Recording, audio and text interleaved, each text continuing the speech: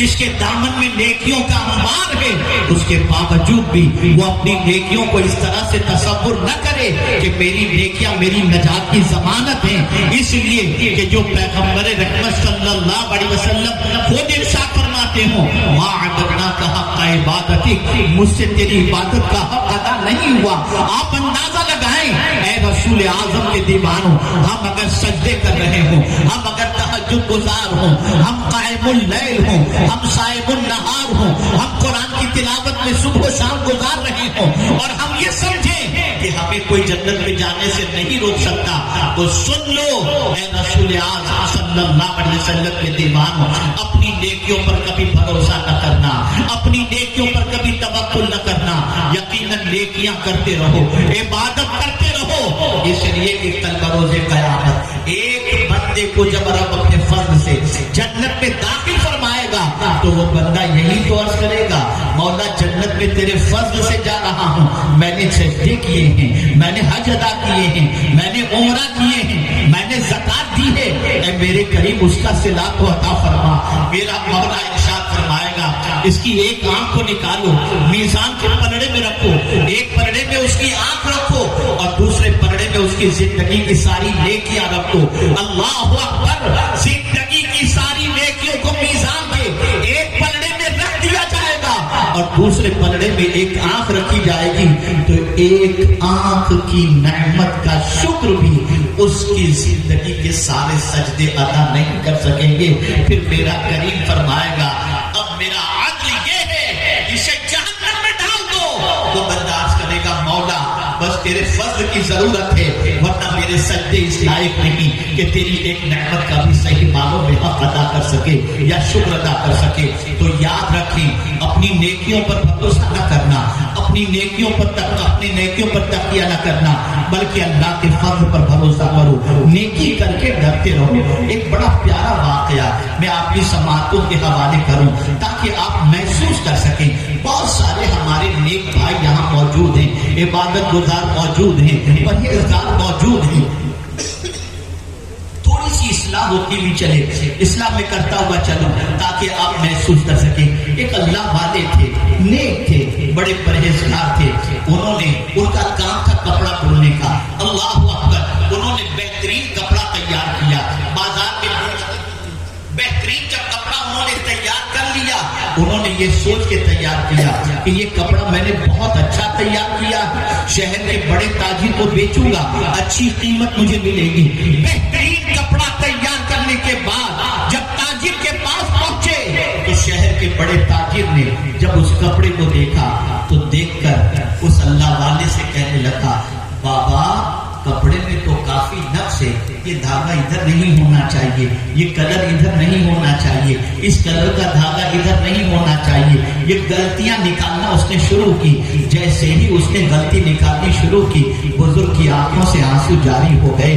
اللہ اکبر، جب وہ بزرگ رونے لگے تو اس تاجر نے کہا بابا غم نہ کریں، آپ کا کپڑا میں خرید لوں گا، آپ کیوں گھبرا رہے ہیں؟ میں آپ کا کپڑا خریدنے سے انکار نہیں کرتا، میں تو صرف اس لیے آپ کو بتا رہا ہوں تاکہ دوبارہ جب آپ کپڑا بنائیں تو ان چیزوں کا خیال رکھیں۔ اب وہ اللہ والے جواب میں ارشاد فرماتے ہیں اے تاجر، تیرے نہ خریدنے اور خریدنے کے سبب سے میں نہیں رو رہا، میں تو صرف اس لیے رو رہا ہوں کہ میں نے تو اپنے گمان کے اندر کپڑا بہت اچھا بنایا تھا، لیکن جانچنے والا جب تیرے جیسا ماہر نکلا تو ہزاروں عیب اس نے نکال دیے۔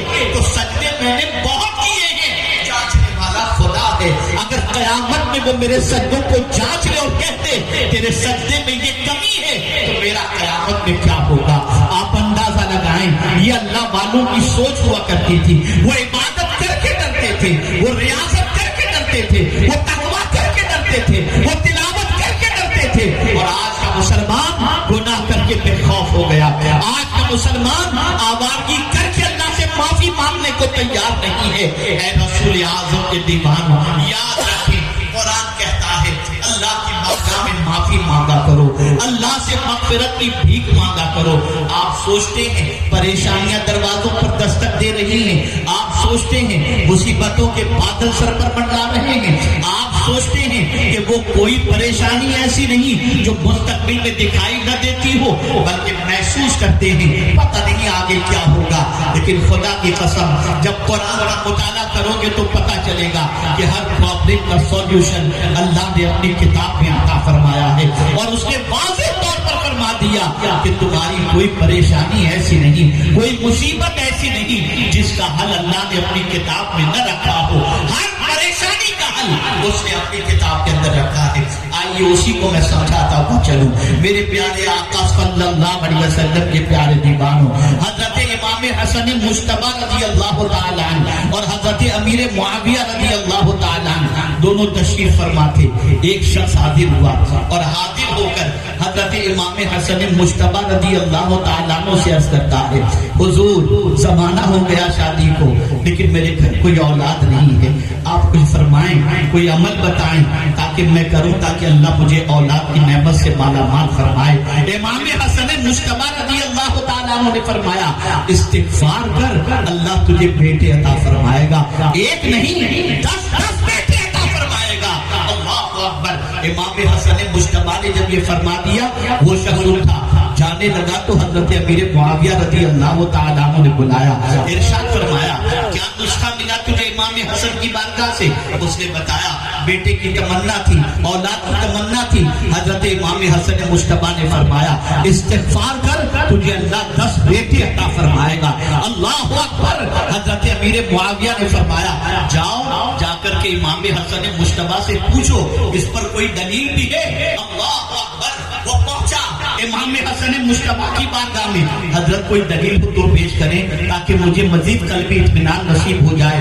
امام حسن مجتبی نے قرآن کی آیت تلاوت فرمایا اللہ نے اپنی کتاب میں فرمایا ہے، وَقُلْتُ اسْتَغْفِرُوا رَبَّكُمْ إِنَّهُ كَانَ غَفَّارًا يُرْسِلِ السَّمَاءَ عَلَيْكُمْ مِدْرَارًا وَيُمْدِدْكُمْ بِأَمْوَالٍ وَبَنِينَ۔ یہ میرے کریم نے فرمایا کہ میں نے اللہ سے مغفرت چاہی اور پروردگار بہت معاف فرمانے والا ہے، اور معاف ہی نہیں فرماتا بلکہ اللہ تعالیٰ مال اور اولاد کے ذریعے استغفار کرنے والے کی مدد کرتا ہے۔ سبحان اللہ۔ آپ کو کوئی پریشانی ہے، استغفار کی کثرت کرو، اللہ سے مغفرت چاہو، اللہ سے بخشش کی بھیک مانگو، اللہ سے مغفرت طلب کرو۔ استغفار ایسا عمل ہے جس کی بنیاد پر کوئی پریشانی ایسی نہیں ہے جسے مولا ٹال نہ دیتا ہو، جسے دور نہ فرما دیتا ہو، جس کی وجہ سے مصیبتیں ختم نہ ہوتی ہو۔ ہر پریشانی کا سولوشن، ہر مصیبت کا سولوشن استغفار ہے۔ اللہ اکبر۔ آپ کو لوگ مبارکباد دیتے ہیں، آپ کا یہ کام بہت مبارک۔ ہمارے شاہ نواز بھائی کو شاید کل کوئی مبارکباد دے اور کہے ماشاءاللہ کتنا اچھا آپ نے جلسہ کیا، مبارک ہو آپ کو، ان کے گھر والوں کو، ان کے بھائیوں کو، سب مبارکباد پیش کریں گے۔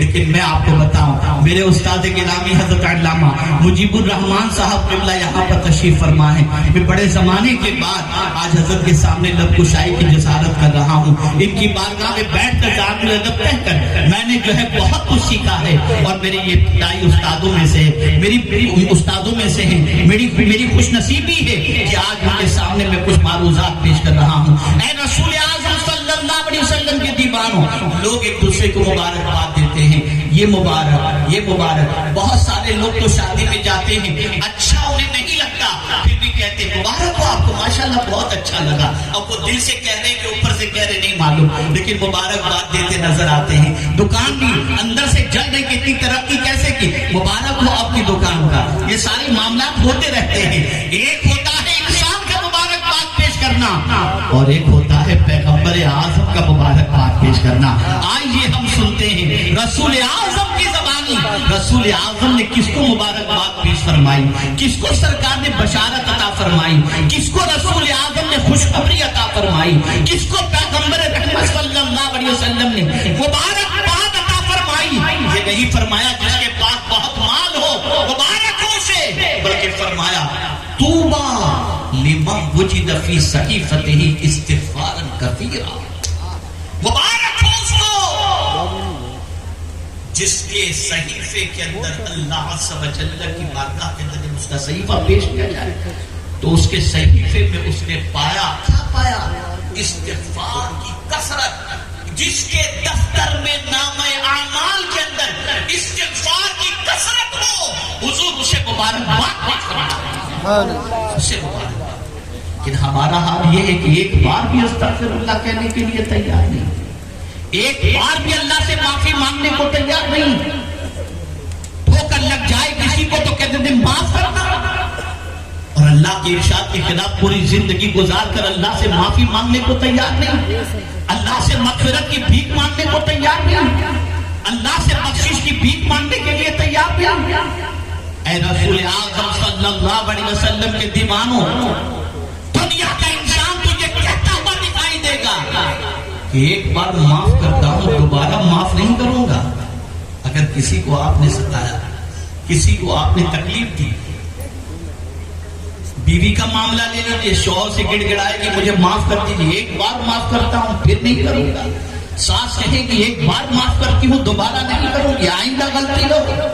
لیکن میرے کریم تیری عظمتوں پر قربان، دن میں سینکڑوں گناہ کرنے کے بعد جب جب معافی مانگو وہ معاف کر دیتا، اور فرشتوں سے فرماتا ہے میرے فرشتوں، یہ میرا بندہ جو مجھ سے معافی مانگ رہا ہے، جانتے ہو وہ جانتا ہے کہ میں معاف کرنے والا ہوں، تبھی تو معافی مانگ رہا ہے، گواہ ہو جاؤ میں نے اسے معاف کر دیا۔ اے رسول اعظم صلی اللہ علیہ وسلم کے دیوان استغفار کی کثرت، مغفرت کی بھیک مانگو اللہ کی بارگاہ میں، صبح و شام استغفار کی کثرت کرو۔ آج باباؤں کا دور چل رہا ہے، آج لوگ نہ جانے مرد و خواتین اپنی آبروؤں کو اور اپنی دولت کو ڈھونگی باباؤں کے پاس جا کر کے لٹاتے نظر آتے ہیں، جن کی رات نہ عبادت میں گزرتی نظر آتی ہے، نہ جو فرائض کے پابند نظر آتے ہیں۔ العیاذ باللہ۔ آؤ تمہیں بتاؤں، جو اللہ والے ہوتے ہیں وہ رات کو کیا کرتے ہیں، ان کی رات کیسی ہوتی ہے؟ تو قرآن کہتا ہے والمستغفرین بالاسحار، وہ سحری کے وقت اپنے رب سے مغفرت کی بھیک مانگتے ہوتے ہیں، رات کے وقت اللہ کی بارگاہ میں استغفار کرتے ہوتے ہیں۔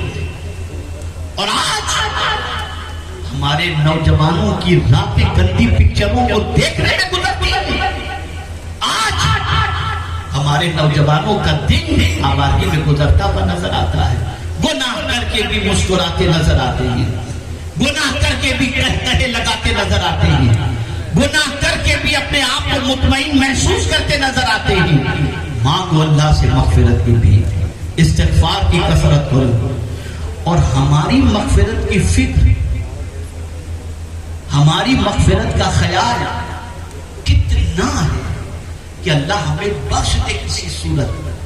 اللہ کے رسول صلی اللہ علیہ وسلم کو بھی یہی فکر لائے کہ ہماری بخشش ہو جائے، معصوم فرشتوں کو بھی یہی فکر کہ ہماری بخشش ہو جائے۔ اسی لیے جو حاملین عرش فرشتے ہیں وہ بھی مومنوں کے لیے مغفرت کی دعا کرتے ہیں، وہ بھی مومنوں کے لیے مغفرت کی دعا کرتے ہیں۔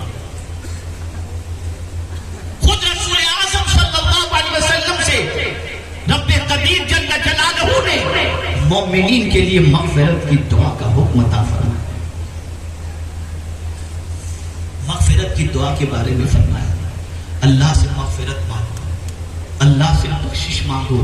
اسی لیے استاد زمن نے بہت اچھا شعر کہا ہے، پوری حمد باری تعالیٰ ہی اتنی عظیم ہے جس کی کوئی انتہا نہیں، لیکن قربان جائیے ان کے شعر پر، بے سبب بخش دے نہ پوچھ عمل، بے سبب بخش دے نہ پوچھ عمل، نام غفار ہے تیرا یار، نام غفار ہے تیرا۔ آپ اندازہ لگائیں، مغفرت کی بھیک مانگو اپنے کریم سے۔ اسی لیے یاد رکھیں کہ اللہ والوں کے پاس جائیں تو وہاں بھی مغفرت کی دعا کراؤ۔ رسول اعظم کی بارگاہ میں صلی اللہ علیہ وسلم جانے کا حکم ملا، وہاں جا کر بھی سرکار سے مغفرت کی دعا کا سوال کرو۔ وَلَوْ أَنَّهُمْ إِذْ ظَلَمُوا أَنفُسَهُمْ جَاءُوكَ فَاسْتَغْفَرُوا اللَّهَ وَاسْتَغْفَرَ لَهُمُ الرَّسُولُ لَوَجَدُوا اللَّهَ تَوَّابًا رَحِيمًا۔ ہم تو جہاں جاتے ہیں وہاں دنیا دنیا دنیا، مدینے گئے تو بھی دنیا، مکہ مکرمہ پہنچے تو دنیا، غوث پاک کی بارگاہ میں پہنچے تو دنیا، غریب نواز کی بارگاہ میں پہنچے تو دنیا۔ میں نے جب غوث پاک کے مدینہ منورہ کی حاضری میں بارگاہ رسول صلی اللہ علیہ وسلم میں دعا کا تذکرہ میں نے جب پڑھا تو میری عقل تک رہ گئی۔ مواجہ اقدس کے سامنے کھڑے ہو کر غوث پاک عرض کرتے ہیں اللہم اغفر بحق نبی جی کا سیدنا محمد۔